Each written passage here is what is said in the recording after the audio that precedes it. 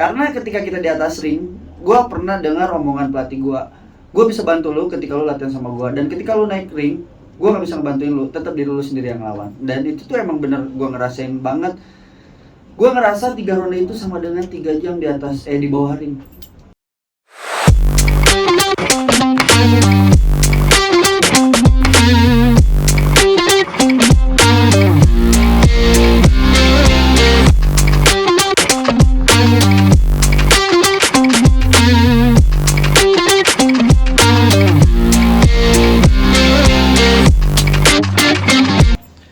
Halo Kang Farel, malam. Selamat malam juga. Wah, datang lagi nih di Musmob. Gimana, udah sampai Bandung ya? Oh udah langsung beres tanding langsung ke Bandung karena masih banyak yang harus digarap di Bandung. Oh, katanya sempat sebelum pertandingan di Cibubur dulu. Iya, di Edge Brother itu sekitar 2 harian. Gimana Kang, kemarin acara rame ya, saya dengar ya? Rame banget sih. Kalau menurut para pribadi rame banget. Mungkin kalau orang yang perdana bisa nervous sih melihat acara serame itu. Iya. Terus gimana, sekarang muka masih bonyok-bonyok, kaki sakit atau gimana yang keras? Alhamdulillah untuk muka sih nggak ada yang bonyok ya, karena cuman paling ini karena pukulan terus di cover kena sarung tinju sendiri sih. Nah, sekarang ini ya sudah nggak kerasa ya, tapi sempat ya waktu turun tanding besoknya sakit-sakit badan atau gimana? Kalau untuk pemula mungkin ya ngerasa sakit sih, ada sakit, cuman ya pada ya yang namanya sakit harus dilawan mungkin. Ya memang ini pertama kali ya buat Kang Ya Farel. first time banget, debut. Debut ya. Oke.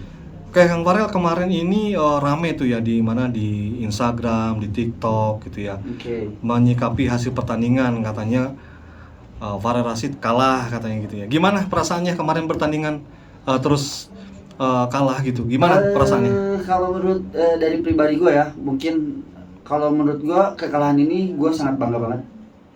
Lu malah bangga? Bangga. Kenapa? Gimana bangganya gimana? Yang pertama kenapa gue bangga, karena di sini gue debut pertama dan gue nggak main amatir.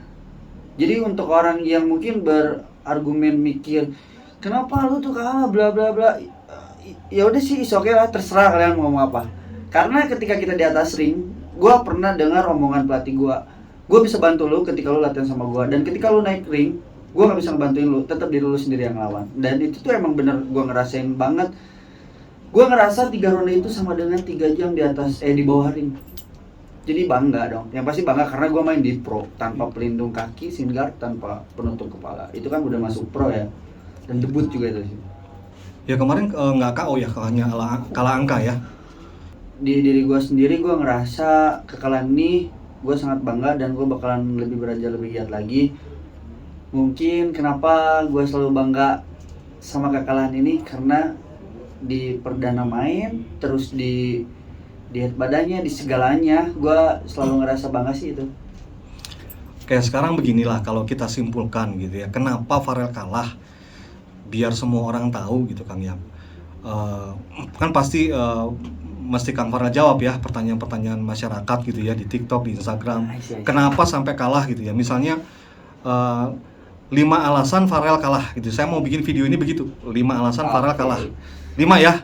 5 ya? Dari 1 dulu Kang, apa yang paling utama yang membuat Farel Rashid 168 ini kalah gitu? Yang nomor 1 apa?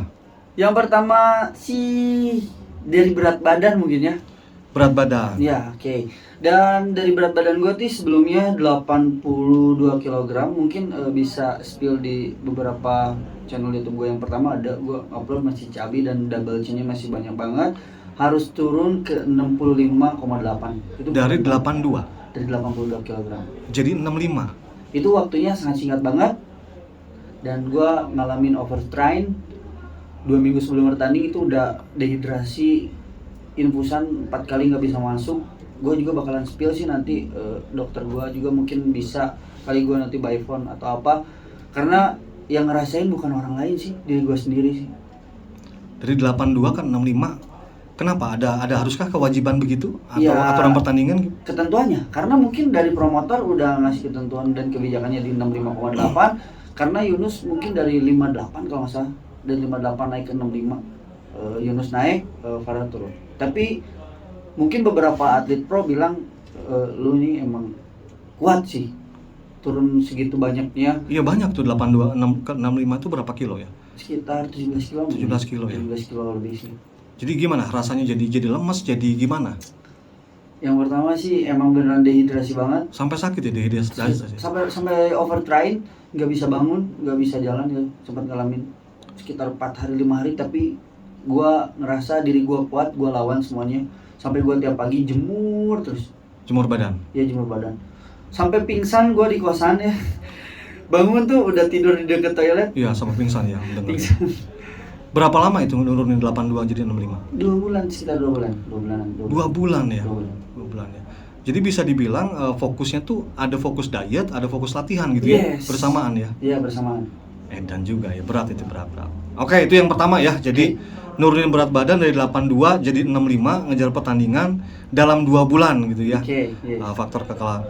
Oke, sekarang masuk ke nomor 2. Apalagi yang membuat Farel Rashid kalah? Nomor 2-nya apa?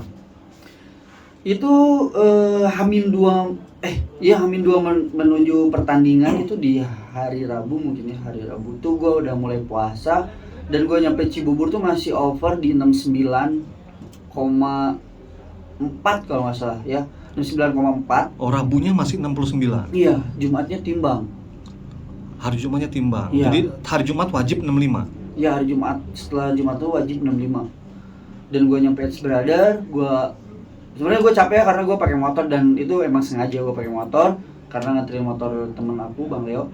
Nah di sana nyampe sore sekitar jam 2:30 langsung latihan, turunlah ke 67,8. Itu kan turun sekitar 1 kiloan ya mungkin.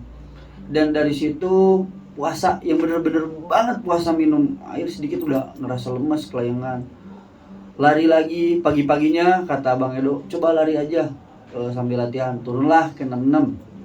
Itu masih puasa, latihan sambil puasa tuh rasanya kayak mau mati sih, bener ngerasa dehidrasi banget. Terus berdua di kamar sama Bang Leo, Bang Leo juga sama puasa kan. Udah gitu pagi-paginya tuh masih 66 pas.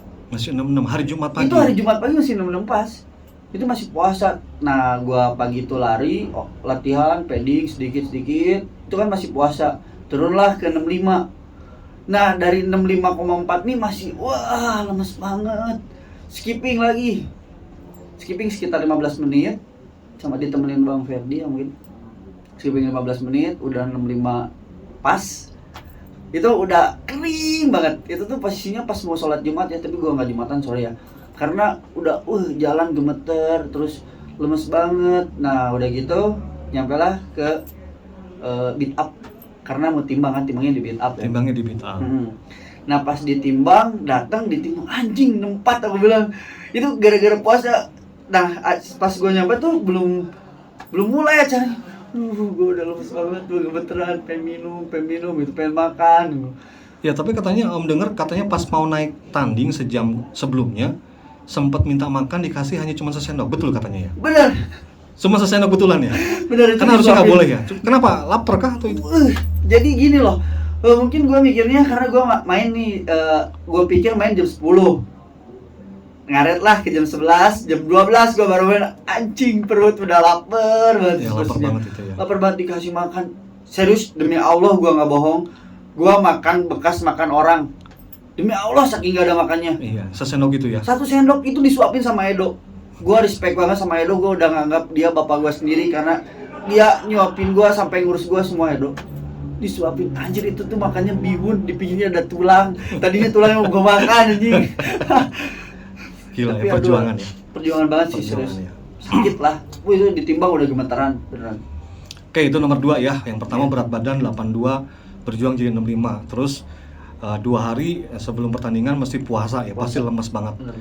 Sekarang kalau nomor 3, apa yang membuat Farel kalah? Nomor 3-nya apa kira-kira?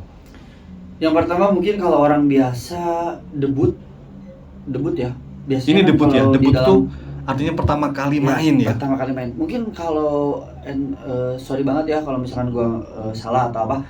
Yang pertama ketika atlet perdana main di pro sih menurut gua agak kacau mungkin ya. Jadi kemarin masuk itu pro ya? Pro itu masuknya. Apa sih bedanya pro sama amatir tuh? Ya mungkin kalau amatir setahu gue pribadi, mungkin kalau salah gue minta maaf juga. Biasanya kan pakai pelindung ini, terus shin guard kaki juga dipakai, terus ada beberapa larangan-larangan yang nggak boleh dilakuin mungkin ya. Ya kemarin lepas ya. Lepas kemarin, Lepas. gue ngerasa kayak ini gue nganggap pertandingan kejurnas gitu, kejuaraan internasional gitu kan, karena seluruh Indonesia tahu gitu ya. Iya, iya.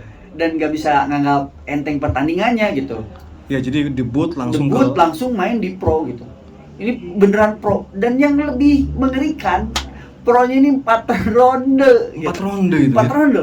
Tapi di pertandingan itu banyak atlet pro main cuma 3 ronde semua. Iya. Cuman gua yang main 4 ronde, gila kan? Kenapa ya kok cuman Farel sendiri yang 4 ronde? Ya mungkin karena special rules kali ya. Oh, karena yang apa giliran ya tinju, Ya kickboxing, ada tinju. boxing terus kickboxing. Jadi 4 ronde biar adil dua-dua kan. Jadi 4 ronde itu betul-betul menyita fisik ya, padahal lagi nurunin Iya, badan, habis puasa. Tapi untungnya kan setiap pagi sering lari, jadi recovery pemulihan kayak nafasnya lebih cepat gitu. Oke, debut langsung pro ya. Debut pro yang ngeri. Oke, ayo kita masuk ke nomor 4. Apa yang bikin Farel kalah? Poin nomor 4 apa kira-kira? Ya mungkin singkat banget sih, gua latihan juga simple, singkat karena keganggu mungkin sama kerja juga. Latihannya berapa bulan sih totalnya? Sebulan gini, sebulan setengah. Sebulan setengah ya, karena Sebulan kepastian pertandingan baru sebulan setengah ya. Iya, sebulanan kepastian Sebulanan ya. Jadi waktu ribut pertama kali di One Prat itu belum latihan ya. Belum lah. Karena belum ada kepastian ya. Masih sibuk ngantor. Masih sibuk kantor. Jadi selama ini cuma 1,5 bulan latihan ini. 1,5 bulan latihan singkat sih. Oke, 1,5 bulan, pendek banget latihan ya. Iya, pendek. Ya. Tapi memang harusnya idealnya berapa? Farel tahu nggak kira-kira? Mestinya latihan berapa lama ya sebelum pertandingan? Ya mungkin gue sering lihat histori beberapa teman gue sebelum tanding, mereka latihan sekitar 3 bulan atau 4 bulan. Itu ideal sih ya, ideal banget mungkin ya. Tapi nggak tahu sih ya, karena beberapa atlet pro mungkin hampir setiap hari mereka ready latihan tiap hari. Makanya setiap ada pertandingan dadakan mereka pada ready. Sedangkan gue tiap hari ngantor, kalau nggak ngantor dapur nggak ngebul. Iya ngantor ya. Ini juga baru balik kantor ini jam. Iya, gue balik kantor. Balik kantor selalu jam 8 begini ya? Ya, karena gue ngejar tugas dari kantor, gue harus lembur. Oh, jadi latihan tuh biasa di atas jam 9 malam gitu ya? Iya, 9 malam. Jadi overtime juga waktu banyak kebuang. Oh, 1,5 bulan berarti nggak full dong sambil gawe nih ya, sambil kerja ya? Sambil kerja. Karena emang basic gue ngantor juga sih. Oh, edan. Oke. Ya, oke. Make sense. Sekarang masuk ke nomor 5 deh terakhir. Alasan apa kira-kira yang bikin Farel kalah deh? Ya, kalau dalam atlet mungkin pasti kalian tahu yang namanya overtrain ya. Overtrain itu berlebihan olahraga dan berlebihan diet. Gua kemarin sempet infus 2 kali. Oh, di infus? Jadi berapa minggu yang lalu infus, udah sehat, ngedrop lagi di infus, dan di infus kedua ini si jarum infusnya udah nggak bisa masuk. Udah dicoba 4 kali, yang keempat masuk, tapi berapa menit kemudian tiba-tiba bengkak. Yang pertama di sebelah sini, terus ke sini, masuk kedua di sini tuh masuk tiba-tiba bengkak, keluar lagi karena si uratnya udah dehidrasi banget. Dipindah lah ke sini. Di sini pembengkakan juga, pindah lagi ke sini. Di sini udah jalan setengah jam lebih tiba-tiba bengkak. Karena emang benar-benar overtrain dan dehidrasi sampai tangan kayak gini. Sebelum diinfus tuh udah kayak gini, udah lemes banget sih. Iya. Ya mungkin efeknya dari itu kali ya. Recovery-nya badan juga agak lumayan ngedrop kali, otot-otot kaget mungkin karena diporsir banget latihannya. Jadi overtrain sih. Ya. Nah, 5 itu yang menyebabkan Farel kalah ya. Moga-moga ini semua bisa menjawab banyak banget pertanyaan. Kemarin Om baca di itu nggak habis-habis nih banyak komen ya. Di TikTok sama di Instagram banyak juga, dan gue juga minta maaf yang sebesar-besarnya kenapa gue nggak ngebalesin komen, karena mungkin terlalu banyak dan gue juga nggak terlalu mikirin mereka sih. Oke, ada 3 pertanyaan terakhir nih. Yang pertama, nitip pesan apa untuk para yang pendukung dan sekarang masih komen positif tuh di Instagram, di TikTok, komennya positif. Kasih pesan dong buat mereka dong. Pokoknya buat teman-teman semua yang udah support gue dan udah doain gue, terima kasih banyak. Karena mungkin beberapa atlet pro respect sama gue ketika gue debut, tiba-tiba gue main di pro. Itu mungkin respect ngelihatnya ke situ, dan orang yang merasakan di atas ring mungkin juga tahu support gue seperti apa.